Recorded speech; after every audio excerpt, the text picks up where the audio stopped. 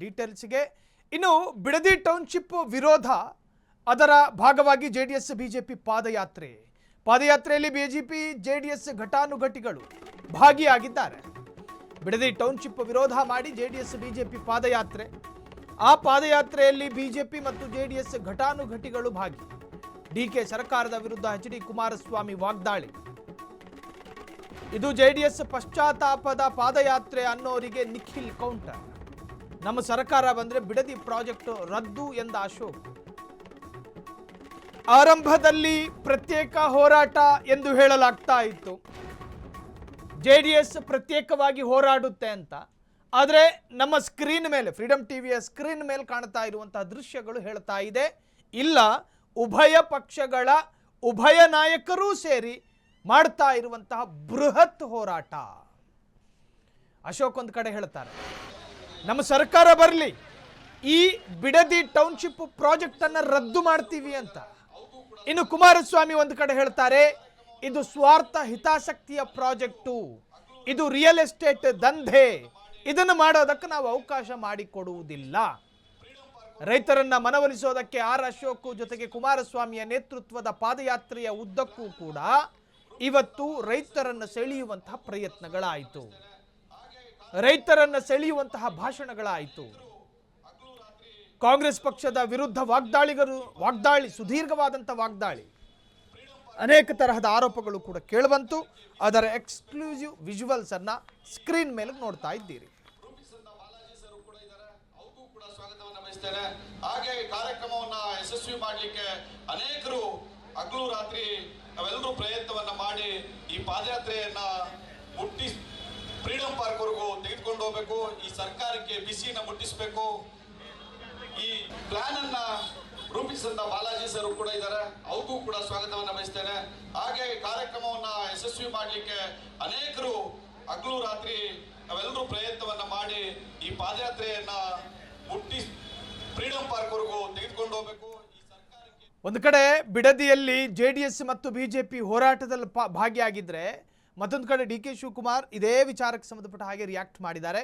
DK Shivakumar ಏನು ಮಾತನಾಡಿದ್ದಾರೆ ನೋಡ್ಕೊಂಡು ಬರೋಣ. ನಮಸ್ಕಾರ. ಬಹಳ ವರ್ಷದಿಂದ ನೆನೆಗುದ್ದಿಗೆ ಬಿದ್ದಂತ ಈ ಬಿಡದಿ ಟೌನ್ಶಿಪ್ ಮುಂದುವರಿಸ್ತಾ ಇದ್ದೇವೆ. ಉತ್ತಮ ರಸ್ತೆ, ಮೆಟ್ರೋ ಸೌಲಭ್ಯ, ಕ್ರೀಡಾಂಗಣ, ವಸತಿ, ಉದ್ಯಾನವನ ಒಳಗೊಂಡಂತ ಈ AI ಸಿಟಿ ಇದಾಗಲಿದೆ.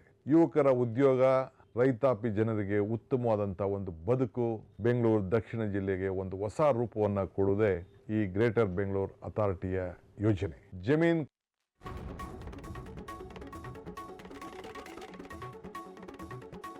ಯಾತ್ರೆ, BJP JDSಗೆ ತಿರುಗೇಟು ನೀಡಿದ CM DK ಶಿವಕುಮಾರ್. ಕಾಟನ್ ಬಟ್ಟೆ ಒದ್ದೆ ಮಾಡಿ ಸುತ್ತುವರೆದಂಗಿತ್ತು.